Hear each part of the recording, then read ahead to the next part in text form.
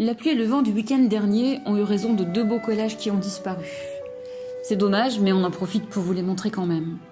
Les autres collages se sont faits au gré des rencontres, avec Bruno Kraft par exemple, qui nous a parlé de son exploitation et de ses vaches, et hop, il y en a une qui s'est retrouvée sur la maison de Céline. Nous avons aussi découvert le superbe atelier du peintre, Pierre Lepreux, installé dans les anciens ateliers des frères Tacquart qui fabriquaient des pompes à eau pour le territoire et au-delà. Pierre nous a proposé de photographier la pompe qui est dans sa cour et qu'on peut voir maintenant depuis la route. Et nous avons eu envie de photographier ses pinceaux. Il y a beaucoup de beaux jardins à la chapelle. Et comme dans la chanson de Charles Trenet, il y en a un extraordinaire. C'est celui d'Hilda et de Michel Kaufmann, véritable cabinet de curiosité, entretenu avec passion. On aurait bien aimé y passer la journée. Ces cigognes qui sont nées en Suisse ont passé l'hiver dernier à Madrid avant de faire leur nid sur la cheminée de la maison d'Amy et de Rodolphe Keller. Elles vont, elles viennent, mais Joss les a pris en photo et depuis, leur double attend sagement sur un mur. La brasserie Grisé a compté jusqu'à 50 employés et ça fait longtemps qu'elle a fermé. Mais on fabrique toujours de la bière à la chapelle et aujourd'hui c'est Linda et Alain qui brassent dans leur garage la bonne bière que vous avez peut-être dégustée à l'apéro. Ils habitent non loin de la bergerie de Steve Gignot et c'est une chèvre que Linda voulait sur sa maison. Et sur la vitrine de l'ancienne boucherie, ce sont leurs enfants qui font danser le houblon. Dans le poulailler de Marie et Laurent Tomaki, il y a des coqs très fiers, des poussins bien au chaud et des lapins photogéniques. Sur le mur, on dirait qu'ils viennent tout droit du pays d'Alice aux merveilles.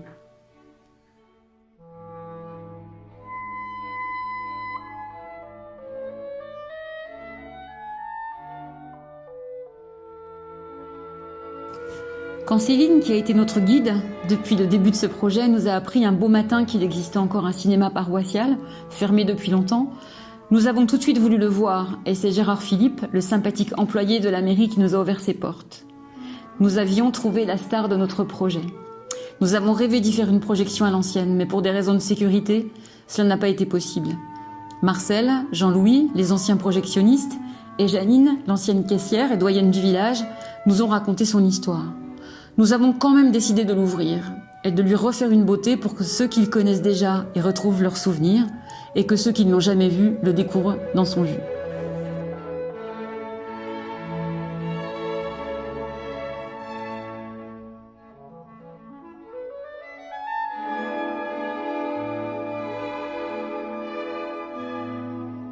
Agnès Varda, qui était une grande collectionneuse et notamment de lions de Belfort, n'aurait pas pu passer sans s'arrêter devant l'incroyable capharnaüm arrosé d'arrosoirs du fleuriste de Rougemont-le-Château. Elle aurait comme nous adoré bavarder avec Bruno, se balader dans son antre en écoutant le concertant pour clarinette de Mozart et en s'arrêtant pour lire des petits mots qui sont partout et s'offrent aux visiteurs comme des cadeaux. Entre collectionneurs, ils auraient eu beaucoup de choses à se raconter. Avant même de poser la question à Bruno, nous nous sommes demandé d'où pouvait bien venir cette passion pour les arrosoirs et avons peut-être trouvé une piste.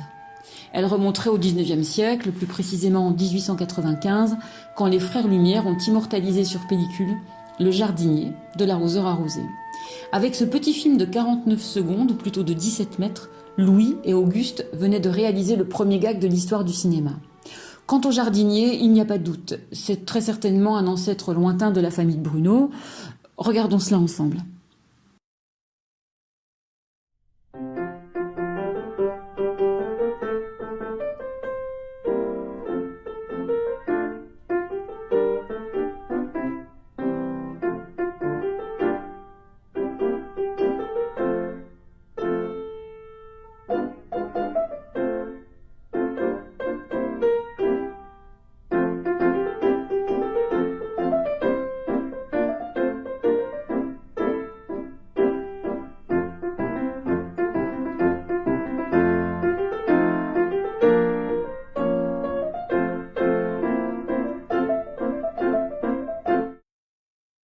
Nous avions évidemment plein de questions à lui poser et c'est Gilles Lévy, le président de cinéma d'aujourd'hui, qui est parti à la rencontre de ce sympathique et infatigable rosutifiliste, car c'est comme ça que l'on appelle les collectionneurs d'arrosoirs.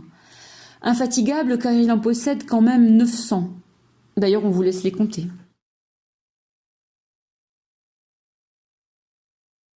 Oui. Ah oui, si moi je faisais ça en 2019 n'importe où, ça les admettrait pas. Hein. Tandis que là, c'est fait parce que ça a été fait au fur et à mesure. Et puis à la gueule, on a les arrosoirs de Rougemont dans les pancartes. Oh, ouais. Non, mais c'est vrai que maintenant, Rougemont... mais moi, je trouve que le maire devrait être payé parce que Rougemont... Sans les arrosoirs, c'est plus Rougemont. C'est comme Versailles. Voilà. Mais par contre, je suis sûr qu'au fond de toi, tu as un arrosoir parce qu'on te l'a donné. Il y a un côté où tu as trouvé... Plus gentil que d'autres. Ouais. Non, parce qu'on offre... Oui, non, mais où il y a plus d'émotions, où il y a plus de... un souvenir qui est plus fort, non? Même familial. Oui, non, mais bien sûr, non. Non? Non, pas forcément. Non, il y en a un qui est venu de Versailles. C'est vrai? Oui, parce qu'en fait, j'avais invité une dame à un déjeuner que j'ai vu. Ah, mais montre-nous-le. Et en fait, c'est la sœur à François, avec qui j'ai déjeuné. Et je lui ai dit... Oh, dis donc. Je l'ai serré parce que je me dis... C'est une porcelaine. Je pense, mais bon. Un Versaillais. Voilà. Nous sommes tous des enfants dans la boutique de Bruno. Nous sommes émerveillés, nous aimons l'écouter, nous lui achetons des fleurs. Mais les vrais enfants, eux, lui font de beaux dessins et de beaux poèmes. Chez Bruno, il a des fleurs multicolores qui sentent la vanille. Des petits oiseaux même pas vrais, des belles choses merveilleuses pour décorer. Des fleurs dans un frigo. On a vu environ 600 arrosoirs. Des anges, des diamants, des plumes au plafond. Nous avons fait des bulles qui s'envolent jusqu'au ciel. Les grands de la maternelle.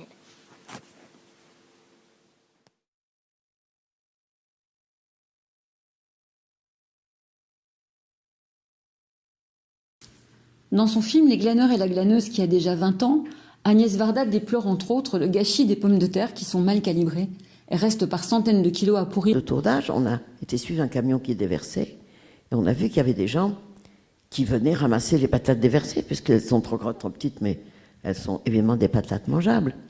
Et ce deuxième jour, quand je voyais avec un type qui m'a dit « bah oui, on ramasse tout ce qui est trop gros, trop petit, et celles qui sont monstrueuses », et il sort une patate en forme de cœur. Et je l'ai pris, j'ai dit « ah oui, ça m'intéresse ». Et je me suis vu avoir dans ces déchets ramasser les patates en forme de cœur. Mais c'était que le deuxième jour du tournage. Et je me suis dit, le hasard m'offre la compréhension de ce que je dois faire. C'est-à-dire la patate refusée par la société, la patate hors format, et on retombe dans le problème du formatage, puisqu'il faut des patates de 7 cm, dont on peut faire des petits paniers de 3 kg, qui sont vendus en grande surface. Il y a tout ce système économique. Donc, les patates hors format, c'est trop dur à vendre, c'est compliqué, c'est trop dur à emballer. Mais ce formatage des patates et de la société et des gens, c'était incroyable comme cette image-là, non seulement m'a plu, elle est devenue essentielle à ma compréhension de ce que je faisais. Et quand après, tout le monde me donnait des patates en forme de cœur, les paysans m'en gardaient et tout ça, j'avais une collection de patates chez moi, je les ai gardées, j'en ai mis comme ça dans des verres, j'en ai mis à la cave dans des...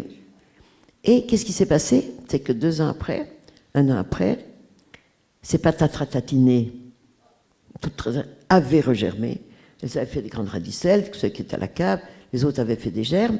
Je me suis mis à les filmer. On les voit d'ailleurs dans le générique de 2 ans après, je crois. Et ça m'a inspiré, et c'est là que j'ai viré de bord et que je suis devenue visual artist. Enfin, que j'ai passé dans la catégorie d'exposer dans des galeries et que j'ai été invitée à la Biennale de Venise en 2003 et que grâce à ces patates qui avaient germé, j'ai fait un triptyque avec des patates, j'ai filmé les patates, j'ai filmé les germes. Bon. Et que donc, c'est comme ça que je suis passée à un autre métier, une autre forme de représentation, et le triptyque qui s'appelait Patate Utopia a été montré donc à la Biennale de Venise, après à Munich, à droite à gauche, enfin dans une galerie, chez Martine, et comme ça. Malgré le manque de temps, ce fut un plaisir de travailler sur ce projet, de faire de belles rencontres et de côtoyer l'univers fantaisiste de cette grande dame du cinéma français. C'est en chanson avec les enfants espiègles et joyeux de l'école maternelle de la Chapelle et leurs patates en cœur que nous la saluons.